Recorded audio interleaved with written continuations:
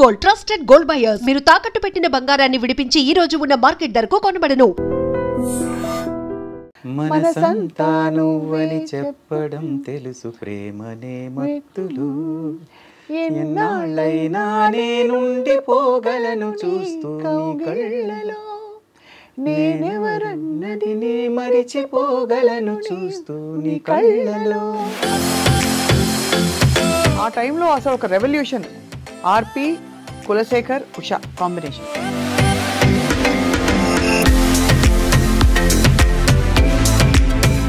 కులశేఖర్ గారి అందరికీ నమస్కారం. గేయ రచయిత కవి అని చెప్పుకునే కులశేఖర్ గారు భౌతికంగా మన మధ్య లేరు. ఆయన వెళ్ళిపోయిన సంఘటన నిజంగా చాలామందిని కలిసివేసేసింది. కొంతకాలం పాటు అనారోగ్యంతో బాధపడుతూ ఒక్కసారిగా ఆయన ప్రపంచాన్ని వదిలి వెళ్ళిపోయారు. అయితే ఇలాంటి వాళ్ళు వెళ్ళిపోయినప్పుడు ముఖ్యంగా ప్రపంచానికి ఏదో ఒకటి అందించి వెళ్ళిన వారు వారి జ్ఞాపకాల ద్వారా మనలో ఎప్పటికీ సజీవంగా ఉంటారు. వారితో కలిసి సన్నిహితంగా ప్రయాణించిన సంగీత దర్శకులు ఆర్పి పట్నాయక్ గారితో మాట్లాడబోతున్నాం. కులశేఖర్ గారు అనంగానే నిజానికి గుర్తొచ్చే మరుసటి పేరు అంటే తర్వాతి పేరు ఏది అంటే అది ఆర్పి పట్నాయక్ గారి పేరే. పట్నాయక్ గారు నమస్కారం సార్. నమస్తే. కులశేఖర్ గారి నిజంగా అంత్యక్రియలకు వెళ్ళినప్పుడు మీరు గుండె చాలా బరువు ఎక్కిపోయి ఉంటుంది. నేను కూడా మీతో మాట్లాడాను ఆ టైంలో. అంటే ఫ్రాంక్గా బ్లాంక్గా ఉన్నాను నేను. బరువు ఎక్కలేదు, నాకు కనీసం ఒక చుక్క కన్నీరు కూడా రాలేదు. అంటే ఆయన గత కొన్ని సంవత్సరాలుగా అవుతున్న సఫరింగ్ నుంచి రిలీవ్ అయ్యాడనే ఫీలింగ్ వచ్చింది నాకు. అందుకు ఇట్స్ గుడ్ ఫర్ హిమ్.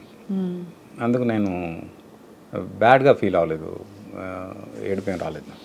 అంటే మనం ప్రపంచంలో కొన్ని లెక్కలు పెట్టుకుంటాం కదా సార్, చిన్నవారని ఒక ఫీలింగ్. ఎప్పుడు వెళ్ళిపోవాలంటే మనకి కనీసం 80-90 సంవత్సరాల వరకు బ్రతికితే సంపూర్ణ జీవితం అని అనుకుంటాం. కులశేఖర్ గారికి వయసు తక్కువే నిజానికి, 53 ఏళ్ళు. 53 ఏళ్ళకి వెళ్ళిపోవడం అంటే అది అర్ధాంతరంగా వెళ్ళిపోయారని. అంటే ఆయనకి 15 years బ్యాక్ ఎప్పుడైతే కోమాలోకి వెళ్ళాడో అప్పుడే ఆయన చనిపోయాడు నా ఉద్దేశం. ఆ తర్వాత ఆయన ఇంకా ఒక జర్నీ జరిగింది అంతే, చాలా పెద్ద జర్నీ అది. ఆ జర్నీలో ఏవో జరిగాయి, అసలు సంబంధం లేకుండా ఆయనకి సంబంధం లేనివి, ఆయనకి ఇవన్నీ అసలు మనం మాట్లాడుకోవడం అన్నీ ఉన్నాయి దానిలో, ఆ జర్నీలో. అందుకు అలాంటి ఒక సఫర్ అవుతూ ఉండే హెల్త్ పరంగా కానీ సోషల్ దీని పరంగా కానీ ఏ రకంగా అయినా ఇలా జర్నీ చేసే కన్నా ఆ విముక్తే కరెక్ట్ అనిపించింది నాకు. ఎంతకాలంగా వారు మీతో టచ్లో లేరు సార్? అంటే మీరు వారు మాట్లాడుకుని అంటే ఇది వచ్చిన తర్వాత, అంటే కోమాలోంచి మెలకు వచ్చిన తర్వాత అడపదడప కలిసేవాళ్ళం. ఎలా ఉండేవారు అప్పుడు? బాగానే మాట్లాడితే అంతా బాగానే ఉంటుంది, అదేం ప్రాబ్లం లేదు. కానీ ఆల్మోస్ట్ ఒక మిరకల్ కదా సార్ కోమాలోంచి బయటికి రావడం అనేది. బయటికి వచ్చిన తర్వాత కూడా ఆయన ఎవరిని గుర్తుపట్టలే, అసలు ఫ్యామిలీ మెంబర్స్ని కూడా గుర్తుపట్టలేని స్టేజ్. ఆ టైంలో నేను తేజ గారు వాళ్ళ ఇంటికి వెళ్తే అప్పుడు మా ఇద్దరిని గుర్తుపెట్టాడు. అక్కడ నుంచి హీ స్టార్టెడ్ రికగ్నైజింగ్ పీపుల్. ఏదో ఉంది రుణానుబంధం అనిపించింది. అదే అదే అదే అనిపిస్తుంది. ముఖ్యంగా మీరు సూత్రధారిగా, అంటే నాకు తెలిసిన కొద్దిపాటి మీ జీవితం గురించి పట్నాయక్ గారు, బహుశా మీకుండే కొంత ఆధ్యాత్మికత అనుకోవచ్చు, ఏదో ఒకటి నిమిత్త మాత్రంగా చాలామంది జీవితాల్లో మీరు ఒక కీలక పాత్రగా ఉన్నారు, ఒక కీలక వ్యక్తిగా ఉన్నారు, ముఖ్యంగా కష్టంలో ఉండే వాళ్ళకి. అలా అని మరి మీరు ఎప్పుడు ఉద్వేగంగా నేను చూడలేదు, బోరుమని బళ్ళుమని నవ్వి చూడలేదు, బోరుమని ఏడ్చి చూడలేదు. సో ఏంటి సార్ కులశేఖర్ గారితో మీ అనుబంధం? అంటే కెరియర్ స్టార్ట్ అయింది అంటే నీకోసం సినిమా తర్వాత చిత్రం సినిమా ఏదైతే ఉందో ఆ సినిమా కోసం మేమిద్దరం కలిసి తేజ గారు ద్వారా ప్రయాణం స్టార్ట్ చేశాం. కాబట్టి తేజ గారు కులశేఖర్ గారికి ఇండస్ట్రీకి పరిచయం చేస్తే కులశేఖర్ గారికి పరిచయం చేసింది నేను తేజ గారికి. అలా స్టార్ట్ అయింది. కాబట్టి ఆయన కెరియర్ సీడ్ వేసింది అయితే మేమిద్దరం అని చెప్పాలి, నేను తేజ గారు. అక్కడ నుంచి ఆయన వెనక్కి తిరిగి చూడనంత హైట్కి వెళ్ళారు. నా పాటల్లో ఇంచుమించు 80% సాంగ్స్ ఆయనే రాశారు. అవునవును. అది ఎలా ఉండేది సార్ మీ ఇంటరాక్షన్ వారితో, కులశేఖర్ గారితో? బాగుంటుంది చాలా. అంటే అది అంటే it's not just lyric writer music director friendship. సరదాగా ఆయనకి జెన్ కార్ ఒకటి ఉండేది 4040, ఆ కార్లో ఎక్కి తిరిగేవాళ్ళం బాగా. సడన్గా మూడు వస్తే గుట్టుకెళ్దామా అంటే సరే వెళ్ళిపోదామని యాదగిరి గుట్ట వెళ్ళిపోయేవాళ్ళం. అలా ఆయనకి డ్రైవింగ్ బాగా ఇష్టం అన్నమాట. అలా చాలా there was a good journey ఇద్దరిది. అంటే కార్లోనే కాదు, ఈవెన్ రియల్ లైఫ్లో కూడా కొన్ని సందర్భాల్లో పాటలు వర్క్ జరుగుతున్నప్పుడు డిస్కషన్స్ ఒక అంటే ఆయన కొంచెం మేధావి కదా బాగా. కొన్నిసార్లు కవుల్ని మనం ఎంత కంట్రోల్ చేసినా వాళ్ళ ఇది వస్తుంది, ఇంటెలిజెన్స్ బయటకు వస్తుంది. తేజ గారు ఏంటంటే లేదు నాకు రిక్షావాడికి కూడా అర్థమయ్యేంత కామన్ లిరిక్సే కావాలి, నాకు అసలు ఆ హై లెవెల్ లిరిక్స్ వద్దు అని ఆయన పట్టుబట్టేవాళ్ళు అనమాట. లేకపోతే ఆయన హై లెవెల్ రాస్తారా మామూలుగా సహజంగా? అప్పుడప్పుడు వచ్చేస్తుంది కదా కవిగా. అవును. అలా వచ్చినప్పుడు నేను ట్యూన్ ఇచ్చేస్తాను, ఆ ట్యూన్కి ఆయన రాసేస్తారు. నేను లేనప్పుడు తేజ గారి దగ్గరికి వెళ్ళి వినిపిస్తాడు. ఆయన వినిపించాక తేజ గారు లిరిక్ చూసి ఈ ఒక్క లైన్ నాకు ఎందుకో కొడుతుంది, ఆర్పి రానివ్వండి అంటారు. నేను వెళ్ళాక తేజ గారు ఏం మాట్లాడరు, ఈయన సైలెంట్గా ఇలాగిస్తాడు లిరిక్ చూసి ఈ ఒక్క లైన్ కొడుతుంది సార్ అంటారు. వెంటనే తేజ గారు అర్థం చూసి నేనేమైనా చెప్పాను ఆయనకి, మీ ముందే అన్నా కదా, సేమ్ ఆయన కూడా ఇదే అన్నాడు కదా అంటే ఒకసారి ఒక లైన్లో అర్థం చేసుకోరు పిచ్చి జనం అలాంటిది ఏదో రాశాడు ఆయన. రాసి అది చదువుతూ అర్థం చేసుకోరు పిచ్చి జనం అని మా ఇద్దరు వైపు చూసి తేజ గారు నేను ఇద్దరం నవ్వుకున్నాం బాగా. అయితే ఏంటంటే అది అంటే ఒక కవిని కన్విన్స్ చేయాలంటే కొంచెం కష్టం, ఎందుకంటే వాళ్ళ తెలివితేటలు కొంచెం ఎక్కువ ఉంటుంది, మనకన్నా ఐక్యూస్ ఎక్కువ ఉంటాయి, ఎక్స్పోజర్ ఎక్కువ ఉంటుంది, భాష మీద పటుత్వం ఎక్కువ ఉంటుంది. అవును. అలా చూసుకుంటే మేమేంటంటే లేదు సామాన్యులకి పామరులకి అర్థం కావాలి కాబట్టి అసలు మాకు అసలు ఆ టాలెంటే వద్దు అని కంట్రోల్ చేయడం. ఆయన కంట్రోల్ అవుతూనే అంటే చాలా రేర్ ఇవి సిచ్యువేషన్స్. ఆత్రేయ గారి ఇన్ఫ్లుయెన్స్ బాగా ఉంది కాబట్టి ఆ అలత పదాలు ఎక్కువ ఉండే. ఒక్కొక్కసారి ఏదైనా హార్ష్ వచ్చినప్పుడు ఇలా జరిగేది డిస్కషన్. తేజారు నేను ఎన్నిసార్లు నవ్వుకున్నాం అది గుర్తొచ్చినప్పుడల్లా. అర్థం చేసుకోరు పిచ్చి జనం. మీ ఆయన రాసిన మీకు చాలా ఇష్టమైన పాట ఏది బాగా కుదురుకుంది అనుకున్నారు మీరు కులశేఖర్ గారిది మీకోసం రాసిన పాటల్లో? అంటే ప్రతిదీ దేనికదే. అదే నేను చాలామందికి తెలియని పాట ఒకటి ఉంది శుభవేళ సినిమాలో, చిలకలాగా చినుకులాగా తెలుగువారి పల్లెటూరి ఎంకిల. అసలు ఒక అమ్మాయిని ఎంత బాగా వర్ణించాడో అనిపించింది. అది అది అది ఆడియో కూడా ఇప్పుడు ఎక్కడ దొరకట్లేదు, దొరికితే బాగుంది అనిపిస్తుంది. ఉషా పాడింది. ఆ పాట పాడిన తర్వాతే తేజ గారు నేను అనుకున్నాం ఉషాని మన నెక్స్ట్ ఫిల్మ్స్ అన్నింటిలో కంటిన్యూ చేద్దామని. అంత బాగా పాడింది ఆ పాట. మీకు గుర్తుందా? చిలకలాగా చినుకులాగా తెలుగువారి పల్లెటూరి ఎంకిలా, కొలనులోని కలువలాగా వాలిపోని మొక్కజొన్న కంకిలా, తామరాకు మీద నీటి బొట్టులా వరిగింజ దొంగిలించు పాల పిట్టలా, కొప్పులోన ముడుచుకున్న పువ్వులా ఉయ్యాలలుగు చంటి పాప నవ్వులా, సాగిపోనీ హాయి రాగం వయసు జోరు మంచి హోరు మీద ఉన్న వేళలోన చిలకలాగా. వయసు హోరు మంచి జోరు మీద ఉన్న వేళలోన. అసలు ఇది అంతా అమ్మాయిని ఈ రకంగా వర్ణించడం అనేది నాకు బాగా అనిపించింది. అది సాహిత్యం మాత్రం ఎక్స్ట్రాడినరీ సాహిత్యం. అది ఆ సినిమా హిట్ అయ్యంటే ఆ పాట ఎక్కడో ఉన్నాం, ప్రతి అమ్మాయి పాడుకునే పాట ఇది. ట్యూన్ కూడా చాలా మంచి క్యాచీ. అంతే అలా అలా చేత అలా అవుతుంది. మీరు ఎలా ఉండేది ఆర్పి గారు? ఆయన లిరిక్ రాసిన తర్వాత ట్యూన్లు కుదిరేవా, ట్యూన్లకి ఆయన రాసేవారా? రెండు ఉండేవి. డిపెండ్స్ ఆన్ ది సిచ్యువేషన్ అనమాట. సిచ్యువేషన్ బట్టి ఇది ముందు లిరిక్ రాద్దాం తర్వాత ఇది రాద్దాం అని. పోతే ఒక ఇన్సిడెంట్ చెప్తాను. తేజ గారు ఒక సిచ్యువేషన్ చెప్పారు. ఆ సిచ్యువేషన్కి మీరు ట్యూన్ చేయండి, మీరు ట్యూన్ చేసాక ఆయన లిరిక్ రాస్తారు, మీరు లిరిక్ రాయండి, మీరు లిరిక్ రాసాక ఆయన ట్యూన్ చేస్తారండి. అదేంటంటే నువ్వు నేను సినిమాలో హీరో హీరోయిన్ పార్టీలో కలిసేసి సాంగ్ అది.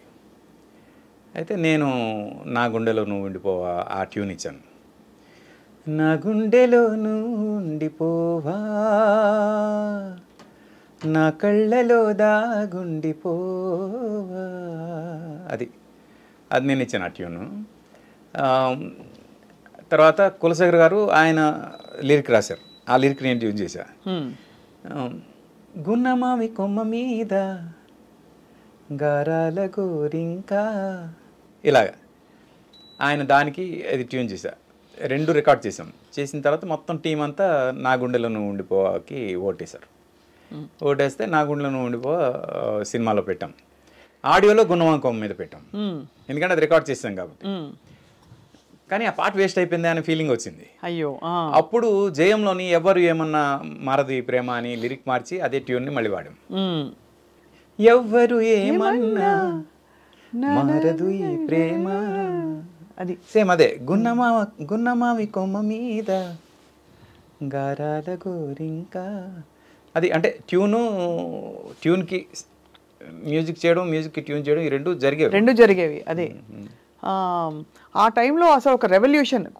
ఆర్పి, కులశేఖర్, ఉషా కాంబినేషన్ చాలా చాలా సూపర్ హిట్ సాంగ్స్ ఇచ్చారు ఆర్పి గారు. సంతోషంలో ఎలా జరిగింది? సంతోషంలో కూడా కులశేఖర్ గారు కొన్ని రాశారు. ముఖ్యంగా దశరథ్ డైరెక్టర్ కాబట్టి మేమంతా ఒకే దగ్గర ట్రావెల్ అయిన వాళ్ళం కాబట్టి, కులశేఖర్ శాస్త్రి గారి దగ్గర అసిస్టెంట్గా ఉన్నప్పుడు, త్రివిక్రమ్, నేను, సునీల్ రూమ్మేట్స్గా ఉన్నప్పుడు మమ్మల్ని వచ్చి రెగ్యులర్గా కలిసేవాడు. సేమ్ ప్లేస్లో ఉండేవాళ్ళం అక్కడ హిందీనార్ కాలనీలో. అక్కడే దశరథ్, గోపి వీళ్ళు కూడా ఉండేవాడు. అలాగా ఫ్రెండ్స్, ఇండస్ట్రీ రాకముందు ఫ్రెండ్స్ కాబట్టి సినిమా స్టార్ట్ అయ్యే టైంకి దశరథ్ సినిమా చేస్తా అంటే ఆటోమేటిక్గా కులశేఖర్ రాయాలి లిరిక్. అది కామన్. అది అలా. ఏ పాట రాశారు అందులో? అది దేవుడే దిగి వచ్చిన, దేవుడే దిగి వచ్చిన,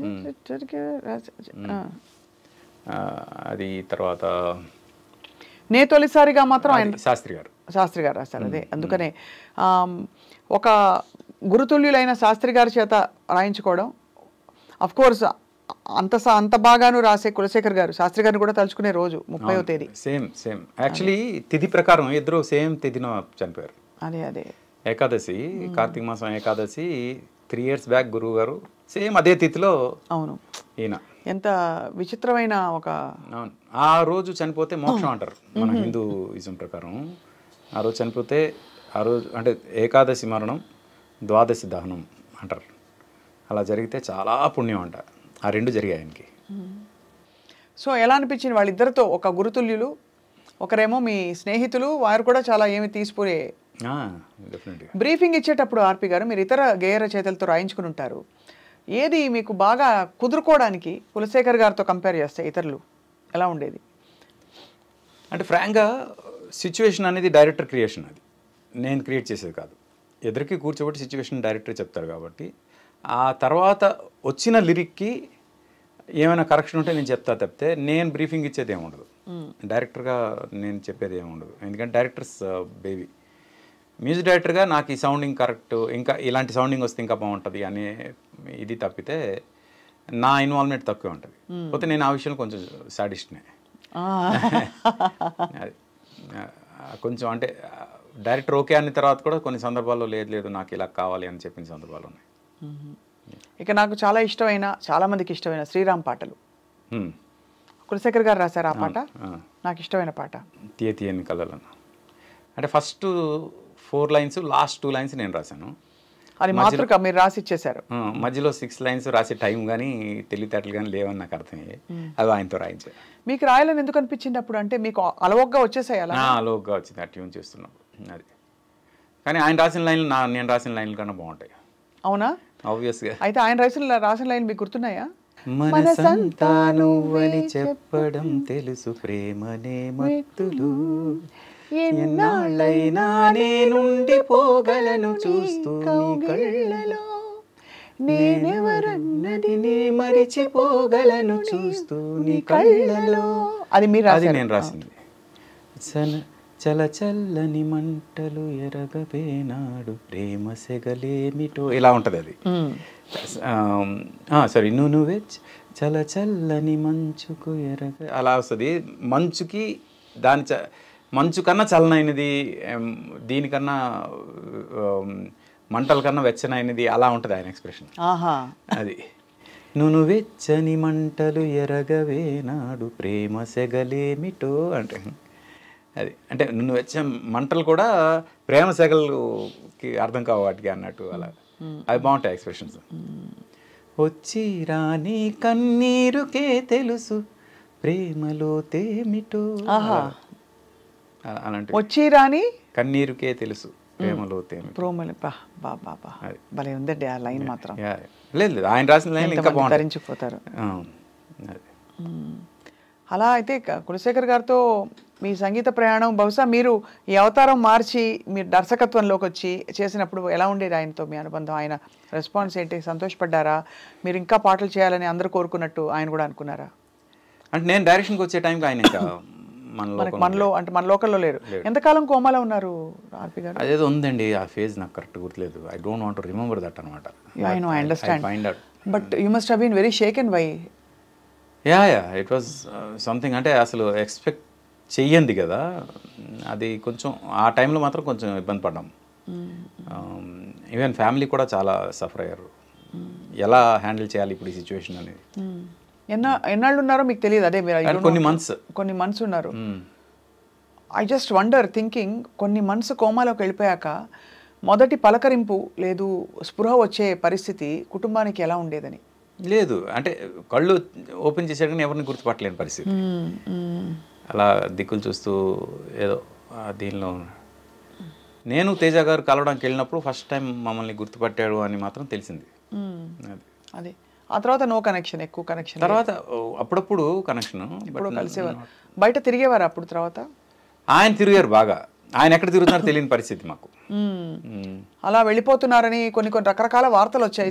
అప్పుడు ఆ శటగోపంకి సంబంధించిన న్యూస్ వచ్చింది చూడండి. అవునవును. అప్పుడు రాజమండ్రి జైలర్ తోటి మాట్లాడాను నేను. మాట్లాడితే అది అంటే అప్పటికి అరెస్ట్ వారెంట్ ఇష్యూ చేశారు, అంతా అయిపోయింది. జైలర్తో మాట్లాడి సార్ ఆయన చాలా మంచి ఆయన సార్, అలాంటివి ఏం చేయాలి. ఎందుకు వచ్చింది సార్ ఆ సంఘటన? అసలు ఏం జరిగింది అప్పుడు? ఏమో తెలియదు మనకి. అంటే హీ వాజ్ నాట్ స్టేబుల్.